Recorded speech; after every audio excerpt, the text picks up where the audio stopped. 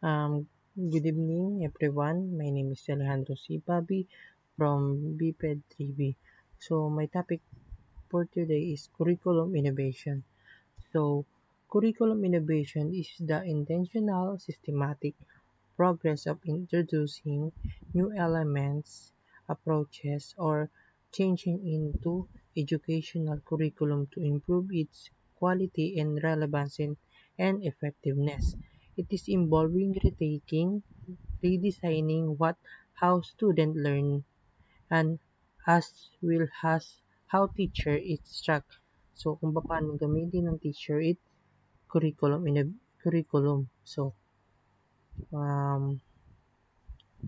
Um, so curriculum innovation can take various forms such as content modification, pedag pedagogical change, integration technology, interdisciplinary approaches, assessment of method, exclusivity and diversity, global and cross-cultural perspective and environmental sustainability, and 21st century skill and flexibility learning pathways, and the experiential and real-world learning and collaborative learning.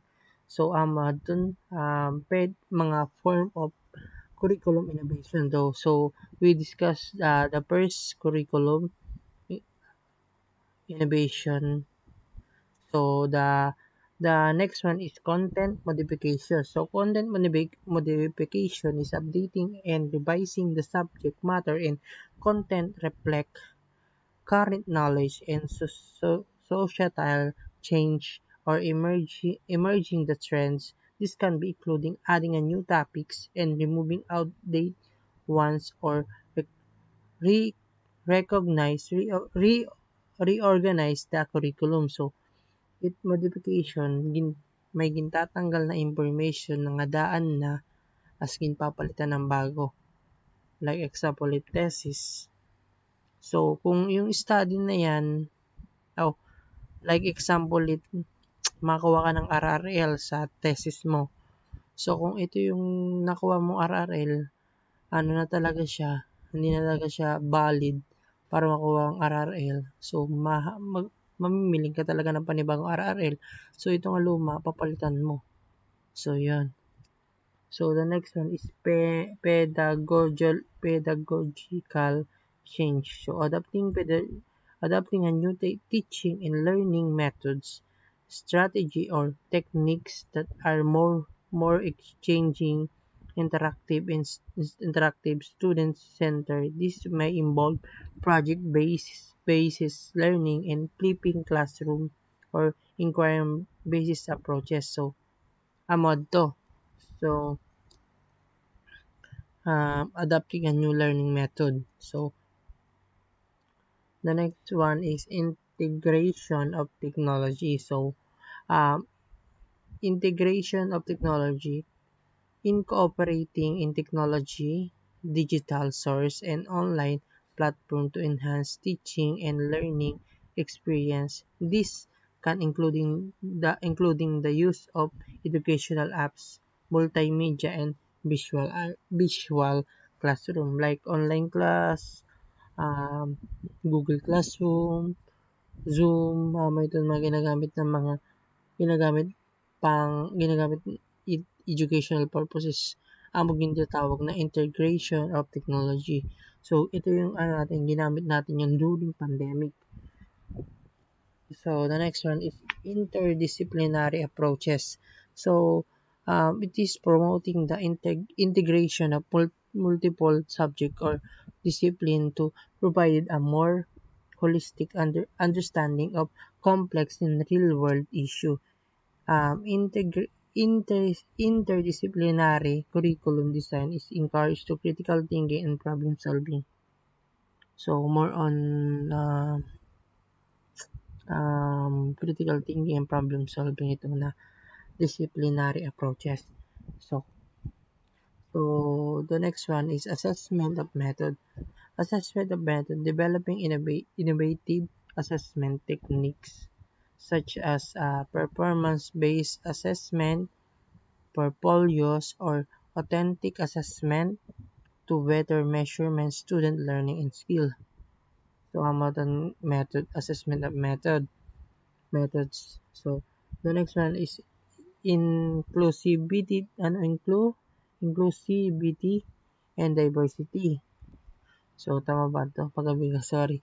So ensuring the curriculum is inclusive and recognize the diversity backgrounds, needs, and perspective of a student. This may be involved in cooperating multicultural content or addressing a special education requirements. So, amo to. At number 6. So, number 7, global and cross-cultural perspective. In focusing in global awareness, cross-cultural understanding, and international perspective into a curriculum to preparing a student for a globalized world. So, number 8. So, environmental sustainability, incorporating topics related to environmental sustainability, conservation, and responsibility citizenship into curriculum to address ecological challenge. So, amo iton form gihap ng curriculum innovation ay pagbabago. So, the next one is 21st century skill, focusing on the development of skills such as critical thinking, creative problem solving, communication, and digital literacy to prepare students for the demand of the 21st century. So, ito aton mga skill na pwede natin may adapt as a student and as a future teacher. So, the next one is flexible learning and pathways. So, offering flexible curriculum pathways that allow student to choose from a variety of courses and educational options to suit their interests and career goals.